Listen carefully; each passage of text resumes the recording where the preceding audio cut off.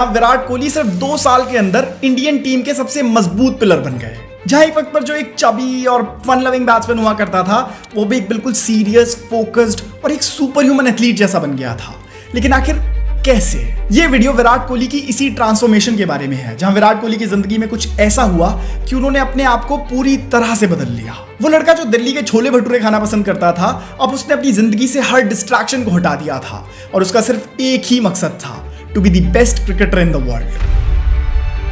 2011 का ODI world cup जीतने के बाद कैप्टन एमएस धोनी इस बारे में क्लियर थे कि जब तक अगला वर्ल्ड कप आए तब तक इंडियन टीम के यंग टैलेंट का राइज करना बहुत जरूरी है और इसीलिए अब इंडियन टीम में सीनियर प्लेयर्स की जगह यंग प्लेयर्स को ज्यादा मौके दिए जाने लगे। इसी सोच के साथ विराट कोहली को आने वाली वेस्ट इंडीज सीरीज में उनका टेस्ट डेब्यू दिया गया। अब आपको बता दूं कि इस वक्त तक विराट कोहली 2011 की ओडीआई वर्ल्ड कप जीतने वाली टीम का हिस्सा तो थे ही, इसके अलावा वो खुद को एक प्रॉमिसिंग यंग टैलेंट के तौर पर भी स्टैब्लिश कर चुके थे, जहां उनके नाम पर अब तक 4 ओडीआई सेंचुरीज आ चुकी थी और इसीलिए अब सब लोग उनके टेस्ट डेब्यू के लिए एक्साइटेड थे। 20 जून 2011 को विराट कोहली का वेस्ट इंडीज के अगेंस्ट टेस्ट डेब्यू होता है, जिसमें उन्होंने सिर्फ 4 और 15 रन बनाए। इस सीरीज के बाकी 2 टेस्ट मैचेस में भी विराट कोहली अपना मार्क नहीं छोड़ पाए। लेकिन फिर जब कुछ महीनों बाद नवंबर में West Indies team Wankhede stadium में एक टेस्ट मैच खेलने आई, तो विराट कोहली के बैट से उनकी पहली टेस्ट हाफ सेंचुरी भी आई और न केवल एक बल्कि इस मैच की दोनों इनिंग्स में विराट कोहली ने हाफ सेंचुरीज लगाई थी। लेकिन अब विराट कोहली के सामने था उनका अब तक का सबसे बड़ा चैलेंज। 2011 बॉर्डर गावस्कर ट्रॉफी के लिए इंडियन टीम ऑस्ट्रेलिया गई, जहां होने थे 4 टेस्ट मैचेस। ये विराट कोहली का पहला ऑस्ट्रेलियन टूर था और अभी उन्हें कोई आइडिया नहीं था कि आने वाले दिनों में उनके साथ क्या क्या घटने वाला है और वो किस किस तरह की हेडलाइंस का हिस्सा बनेंगे। मैं ऐसा क्यों कह रहा हूं? क्योंकि इस टूर पर यूं तो इंडियन टीम के कई सीनियर प्लेयर्स भी खेलने के लिए गए हुए थे, लेकिन मानो हर न्यूज आर्टिकल, हर हेडलाइन, हर डिस्कशन सिर्फ एक ही प्लेयर के बारे में थी, विराट कोहली। टूर के शुरुआती टेस्ट मैच में ही विराट कोहली को पता चल गया था कि ऑस्ट्रेलियंस जब स्टेडियम में मैच देखने आते हैं तो वो कोई आम स्पेक्टेटर्स की तरह नहीं आते, बल्कि वो बहुत एक्सप्रेसिव होते हैं। चीयर्स और बूज तो दुनिया की हर ऑडियंस करती है, लेकिन ऑस्ट्रेलियन क्राउड से विराट कोहली को पड़ रही थी गालियां, एक के बाद एक से बढ़कर एक और एक से गंदी एक गालियां जब विराट कोहली की तरफ आई तो उन्हें समझ ही नहीं आया कि वो किस तरह से रिएक्ट करें और इसीलिए उन्होंने पहले टेस्ट मैच में इस पूरी नॉइज को इग्नोर करने का फैसला करा। वो अनॉय तो हो रहे थे, लेकिन उन्होंने फैसला करा कि वो अपनी क्रिकेट पर फोकस करेंगे। बाकी ऑडियंस को तो एक प्लेयर क्या ही कह सकता है। लेकिन जब वो पहले टेस्ट मैच में सिर्फ 11 और 0 रन बनाकर आउट हो गए तो ऑडियंस की गालियां मानो चीर कर उनके अंदर जाकर लग रही थी। साथ ही ऑस्ट्रेलियन प्लेयर्स भी अब कोहली को स्लेज करने लगे थे। ऑस्ट्रेलियंस की वही नॉट सो फ्रेंडली स्लेजिंग जिसको टीम के दूसरे प्लेयर सचिन तेंदुलकर, सहवाग और गंभीर तो एक्सपीरियंस कर चुके थे, लेकिन यंगस्टर विराट कोहली के लिए ये बिल्कुल नया था। कोहली की फ्रस्ट्रेशन और उनका गुस्सा उनके चेहरे पर बिल्कुल साफ साफ दिख रहा था कि अब ये प्लेयर थोड़ा सा गुस्से में आ गया है। पहला टेस्ट मैच खत्म होता है, ऑस्ट्रेलिया ये मैच जीत जाती है और अब आता है दूसरा टेस्ट जो खेला जाना था सिडनी क्रिकेट ग्राउंड में। इस टेस्ट के पहले ही दिन कोहली का सिर्फ 23 रन बनाकर आउट हो जाना और पूरी इंडियन टीम का सिर्फ 161 रन पर सिमट जाना। इसके बाद तो ऑस्ट्रेलियन क्राउड की गालियां और ज्यादा बढ़ गई और जब सेकेंड डे पर विराट कोहली फील्डिंग करने आए तो जिस तरह की गालियां उन्होंने ऑस्ट्रेलियन क्राउड से सुनी वो शॉक्ड थे। देखो, कोहली इसके पहले भी कई बार स्लेज हुए थे, उन्होंने इसके पहले कई बार गालियां खाई थी और वो खुद तो कोई साधु थे नहीं, वो खुद भी दूसरे प्लेयर्स को खूब गालियां देते थे, लेकिन इस तरह के अब्यूजेस वो भी ऑडियंस की तरफ से, इस बात ने कोहली को थोड़ा अनसेटल कर दिया था। और जब दूसरे दिन में ऑडियंस की अब्यूजेस चलती रही तो कोहली ने हीट ऑफ द मोमेंट में आकर ऑडियंस को जैसे का तैसा जवाब दिया और पूरी ऑडियंस को मिडिल फिंगर दिखा दी। बस फिर क्या था, अगले दिन हर ऑस्ट्रेलियन न्यूज़पेपर के फ्रंट पेज पर विराट कोहली की पिक्चर थी जिसमें वो ऑडियंस को मिडिल फिंगर दिखा रहे थे। इसी वजह से अगले दिन मैच रेफरी ने कोहली पर उनकी मैच फीस का 50% फाइन लगा दिया। अच्छा, वैसे मैंने रिसेंटली इंडियन टीम की एक बहुत अमेजिंग जर्सी खरीदी और उसके लिए मैंने पे किया उन पैसों से जो मैंने बिनोमो पे ट्रेडिंग करके कमाए थे। जैसे कि आपको पता है कि बिनोमो एक ट्रेडिंग प्लेटफॉर्म है जहां पर आप डेली बेसिस पर अर्न कर सकते हो। जैसे ये एक ट्रेडिंग ग्राफ है और हमें बस प्रेडिक्ट करना है कि ये ऊपर जाएगा या नीचे। अब जैसे मुझे लगता है कि ये ऊपर जाएगा और देखो हमने ऑलरेडी प्रॉफिट्स कमा लिए सिर्फ ये प्रेडिक्ट करके कि ये ऊपर जाएगा। ऐसे ही आप भी अर्न कर सकते हो और अगर आप एक बिगिनर हो और आपको ट्रेडिंग सीखनी है तो आप इजीली डेमो अकाउंट से वो भी सीख सकते हो, जहां आपको डेमो अकाउंट में $10,000 मिलेंगे और एक बार उनको यूज करने के बाद आप फिर रियल मनी के साथ भी ट्रेड कर सकते हो।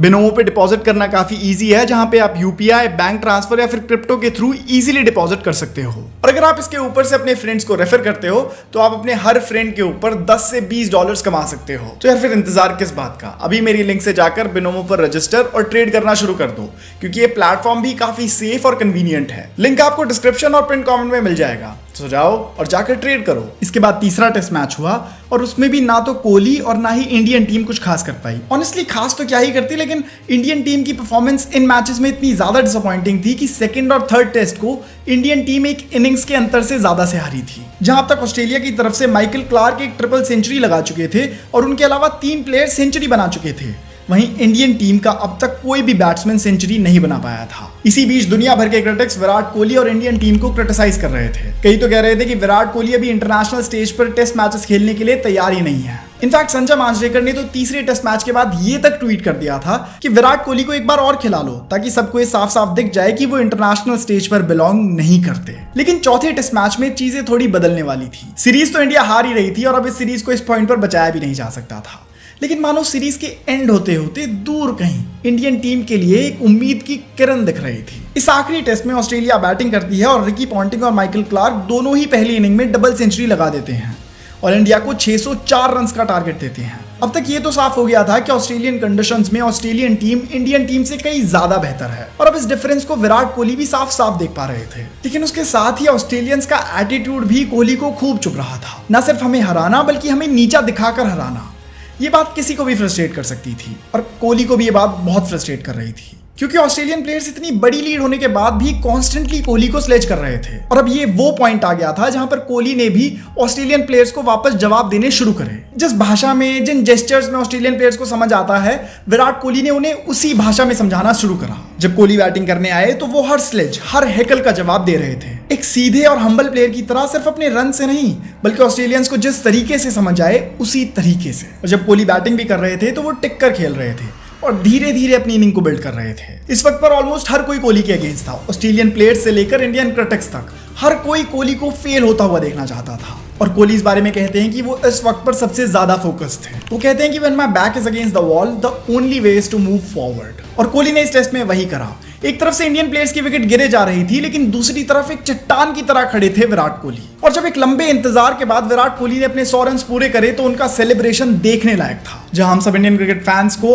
आने वाले वक्त के लिए इंडियन टीम का टॉर्च बेयरर दिख गया था। अपनी पहली टेस्ट सेंचुरी ऑस्ट्रेलिया के खिलाफ, वो भी ऑस्ट्रेलिया में, वो भी एक टफ सिचुएशन में। विराट कोहली ने मानो इसी के साथ अनाउंस कर दिया था कि वो इंडियन टीम का बदलाव बनेंगे। इस मैच में कोहली 112 रन बनाकर आउट हुए और सीरीज में 300 रन बनाकर इंडियन टीम के लिए लीडिंग रन गेटर बने।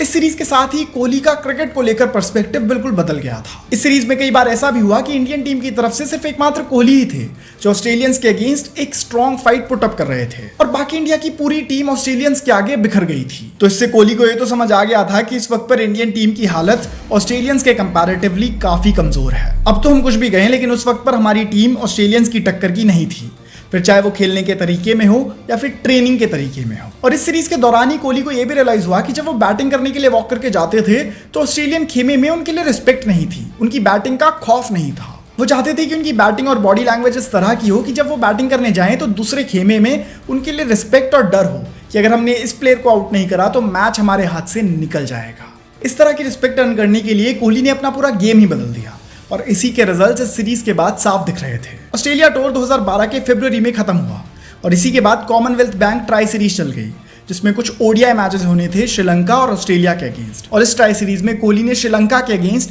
133 नॉट आउट बनाए और श्रीलंका के बॉलिंग लाइनअप की धज्जियां उड़ा दी। फिर इसी के अगले महीने मार्च 2012 में एशिया कप खेला गया, जिसमें कोहली ने श्रीलंका के अगेंस्ट 108 और पाकिस्तान के अगेंस्ट अपना करियर बेस्ट 183 रन बना दिए। ये कुछ महीने थे जिसमें विराट कोहली का डोमिनेंस पूरी तरह से छाया हुआ था और कुछ महीने पहले तक जो उन पर कुछ डाउट्स थे अब वो सब मिट गए थे। अब तो लग रहा था कि यही बनेंगे सचिन तेंदुलकर के सक्सेसर। अब जहां सबको लग रहा था कि कोहली एक परफेक्ट फॉर्म में है और उनको अपने गेम के बारे में कुछ भी बदलने की जरूरत